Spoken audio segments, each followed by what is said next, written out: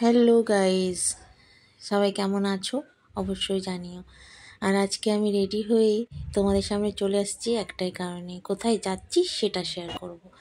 তো দেখো, আমরা আজকে চলে এসেছি কাঁসা পেতলের দোকানে। আর কাঁসা পেতলের দোকানে হঠাৎ কেন আসলাম সেটাও তোমাদের জানাবো। আমার দিদির মেয়ের বিয়ে, তো দানে যে জিনিস দিতে হয় সেই জিনিসগুলো কিনতেই আজকে আমরা চলে এসেছি বড় বাজারে এই একটা দোকানে।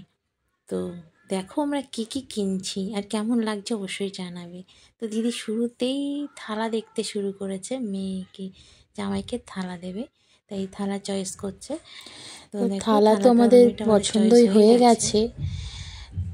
এখন আবার আমরা যেটা দেখব সেটা হচ্ছে বাটি, তারপর গ্লাস, আরও সামগ্রী অনেক রকমের, যেগুলো মানে 16টা দান আমাদের দিতে হবে, সেই বিষয়ে সব কিনছি। তো দেখো আর কি কি, দেখো এই যে এসে গেছে বাটিগুলো এত সুন্দর, এত সুন্দর ওয়েটি। তো বাটি গ্লাস এগুলো তো নিতেই হবে। তো এটাও আমাদের মোটামুটি হয়েই গেছে। আরও অনেক জিনিস নিচ্ছি, সেটা আমি সবটা তোমাদের সাথে শেয়ার করতে পারছি না, তো যেটুকুনি পারছি।